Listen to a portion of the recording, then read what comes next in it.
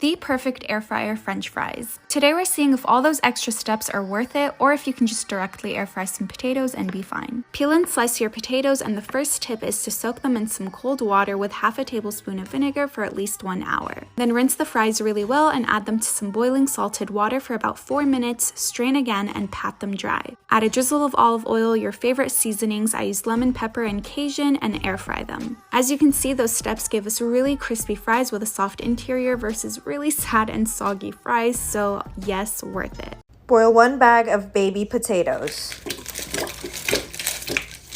Add olive oil to a baking sheet. Add fork tender potatoes to the sheet. Smash. Add more olive oil. Salt and pepper on each one. And a little bit of paprika on each one. Broil for about 5 to 10 minutes until they're brown and crispy. When it comes out, add cheese, sour cream, and green onions. And enjoy. I made a loaded broccoli baked potato a while ago and it went viral, so I thought, why not do a mashed potato version? So I start off with 5 potatoes. I peel them and rinse them off, cube them into even pieces, remove the dark spots, if any, throw into a pan and add cold water and a pinch of salt. Bring them to a boil and cook for 40 minutes until tender. Chop 6 slices of bacon, add 3. Add 1 chopped green onion, 2 ounces cream cheese, 2 tablespoons butter, half cup sour cream, half cup yellow cheddar, and half cup white cheddar. I'm adding some heavy cream, but you can use milk, and then I'm just blending it all together. Once it's creamy, I add in 1 head of steamed broccoli, and it should look like this. Add to a baking pan and smooth out. Top with remaining cheese, green onions, and bacon. Cook at 375 for 20 minutes, and you're done. Waffle fried potato chips? Yep, you heard me correctly. Now you don't have to choose between the two.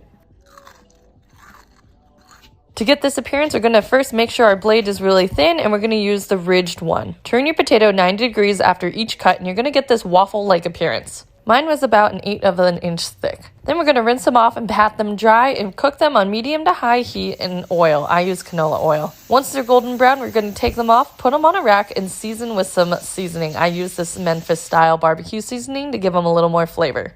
They look like waffle fries, but they're crispy and crunchy, just like potato chips.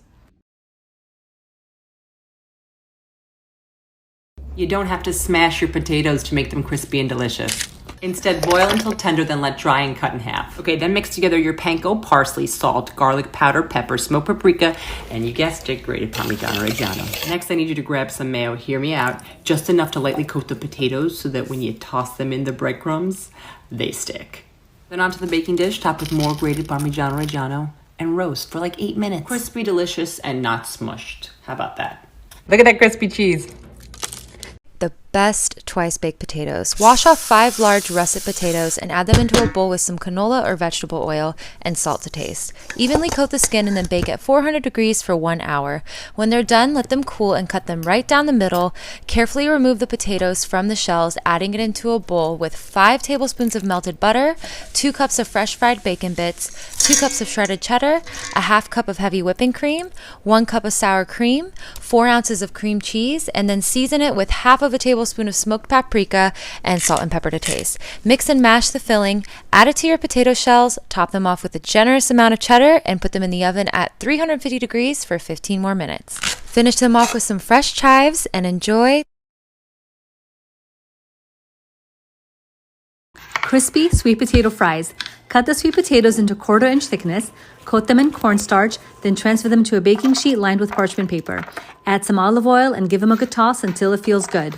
Then bake in the oven at 425 for 30 to 35 minutes. Hit them with some sea salt. So good. It's McDonald's French fries. Start by getting ready a bowl of water and add a little bit of sugar to it. Mix it up.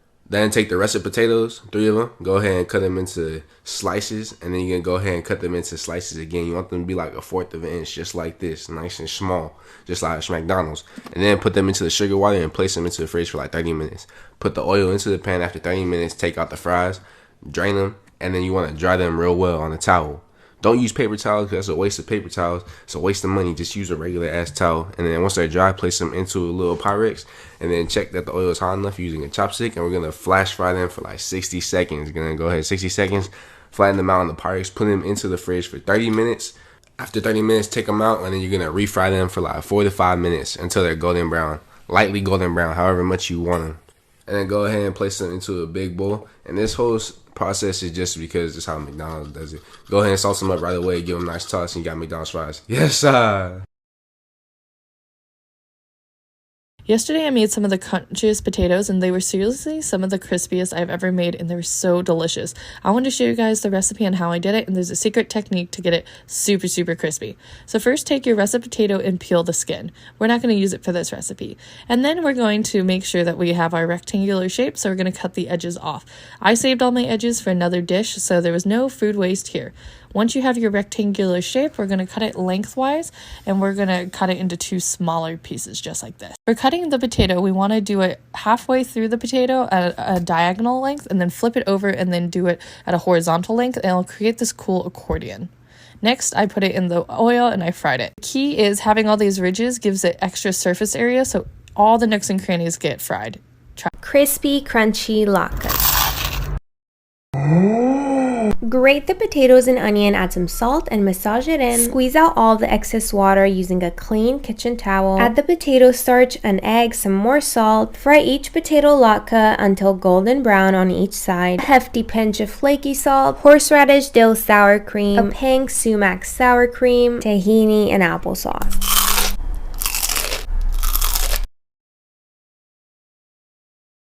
Mashed potatoes should not have lumps. These are the best. Another episode, back to basics. 3 pounds russet potatoes, or you can use Yukon Golds. Wash them, don't be dirty. 1-inch dice.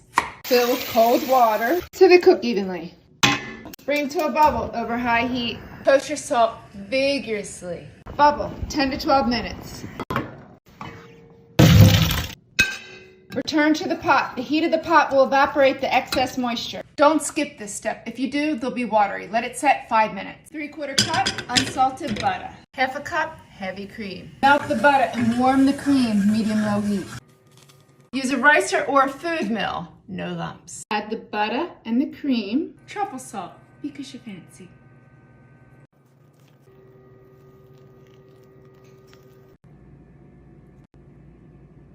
Truffle oil because you're extra fancy. The best way to roast your potatoes. Use small potatoes and boil until fork tender.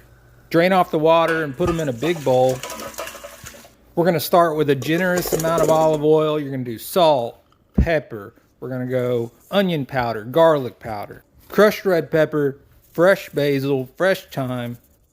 Get that all mixed together and dump it out on a lined baking sheet. Spread them out, give them a little room on every side, and then use a glass to smash them about a 1/2 inch thick. And then throw them in a 425-degree oven for about 30 minutes, but you're going to want to flip them halfway through.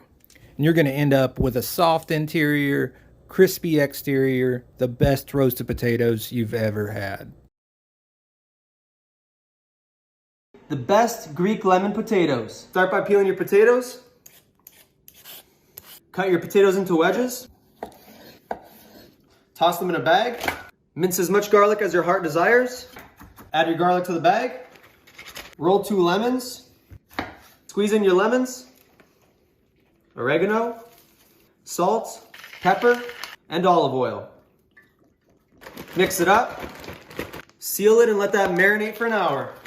Add your marinated potatoes into a baking dish. Add enough chicken stock to barely cover the potatoes. Now get those bad boys into a 400-degree oven. After an hour, add some parsley, crumble some feta cheese. Lastly, garnish with some lemon wedges.